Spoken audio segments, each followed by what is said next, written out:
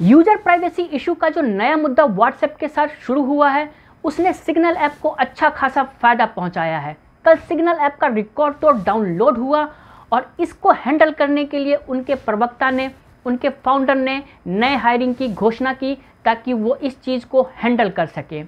लेकिन मैं इतना खुश क्यों हूँ? क्या मेरा व्हाट्सएप के साथ कोई विवाद है, या सिग्नल ऐप के साथ मेरा कोई लिंक है, या सिग्नल ऐप जो अपनी नई हायरिंग कर रहा है उसमें मुझे नौकरी देने वाला है? जी नहीं, बिल्कुल नहीं। बट मैं खुश इसलिए हूँ क्योंकि मैं काफ़ी लंबे समय से जो आपके प्राइवेसी को लेकर के चीज़ें आपको बता रहा था, वो कहीं ना कहीं आप लोगों को अब समझ में आने लग गई है। लेकिन ये सिर्फ शुरुआत है, अभी हमें और लंबा जाना है।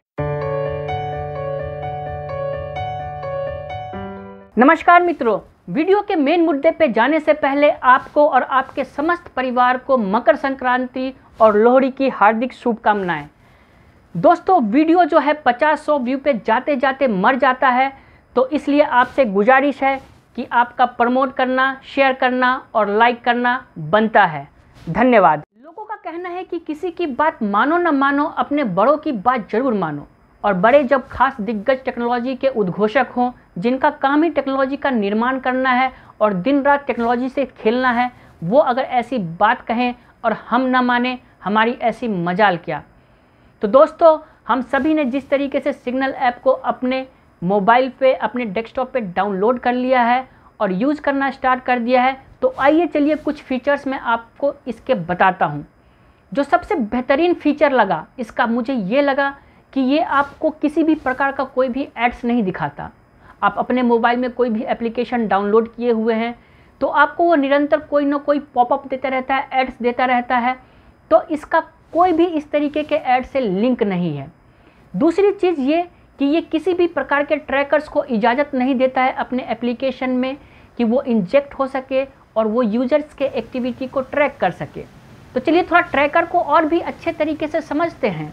कभी आपने किसी एप्लीकेशन को खोला है, अमेज़न, फ्लिपकार्ट या किसी वेबसाइट पे जाके आपने कोई प्रोडक्ट सर्च किया है, उसको देखा है, फिर आपने उसे छोड़ दिया है। लेकिन जब कभी आप फिर से किसी वेबसाइट पे कोई और चीज़ सर्च कर रहे होते हैं तो वो प्रोडक्ट किसी न किसी कोने पे आपको ज़रूर दिखता है। फिर आप किसी और पेज पे जाइए तो वहाँ भी दिखेगा, किसी एप्लीकेशन को खोलिए वहाँ भी दिखेगा।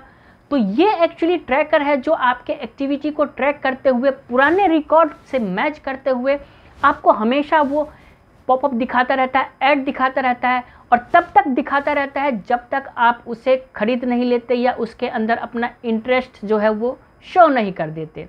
कई बार मेरे साथ ऐसी घटना घट चुकी है और इस चीज़ का मैं शिकार हो चुका हूँ। मुझे फाइनली वो प्रोडक्ट बाय करना पड़ा किसी न किसी एवज में। वो आपका माइंड ऐसा मेकअप कर देता है कि आप फाइनली मजबूर हो जाते हैं उस प्रोडक्ट को बाय करने में। तो ये है दुनिया, एक इस तरीके की ऑनलाइन दुनिया जहाँ पे आपको हमेशा ट्रैक करके उन चीज़ों को परोसा जाता है जिसके थ्रू वो अपना बिजनेस फैला सके। तो क्या आप कभी इस तरीके के ट्रैकर्स और एड्स का शिकार हुए हैं मेरी तरह? अगर हाँ, तो मुझे कमेंट सेक्शन में ज़रूर बताएं। सिग्नल ऐप के चैट को और वीडियो कॉलिंग को, दोनों को मैंने इस्तेमाल किया है और मुझे कोई भी इशू अभी तक नहीं लगा है। लेकिन हाँ, अगर आप वीडियो कॉलिंग करते हैं तो अगर नेटवर्क सही नहीं है तो वहाँ पे आपको म्यूज़िक की धुनें सुनाई देती है। लेकिन जब आपका नेटवर्क ही सही नहीं है तो एप्लीकेशन इसमें क्या कर सकता है।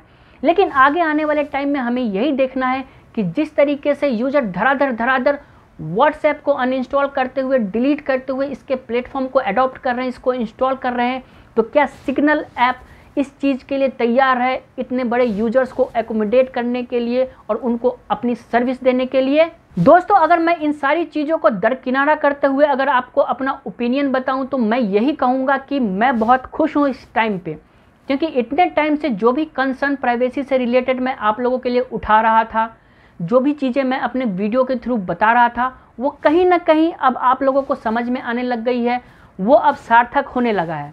बहुत ही माइन्यूट लेवल पे ही सही, अब आपको भी ये समझ में आने लगा है कि अगर हमारी प्राइवेट चीज़ें अगर लीक होगी, हमारे ग्रुप चैट अगर लीक होंगे, अगर हमारा डाटा किसी थर्ड पार्टी के साथ शेयर होगा जो कि कॉन्फिडेंशियल है, हमारे क्रेडिट कार्ड, डेबिट कार्ड के इंफॉर्मेशन अगर किसी थर्ड पार्टी के साथ शेयर होते हैं, चाहे वो फेसबुक हो या कोई और अदर प्लेटफॉर्म हो, तो उसके क्या परिणाम हो सकते हैं।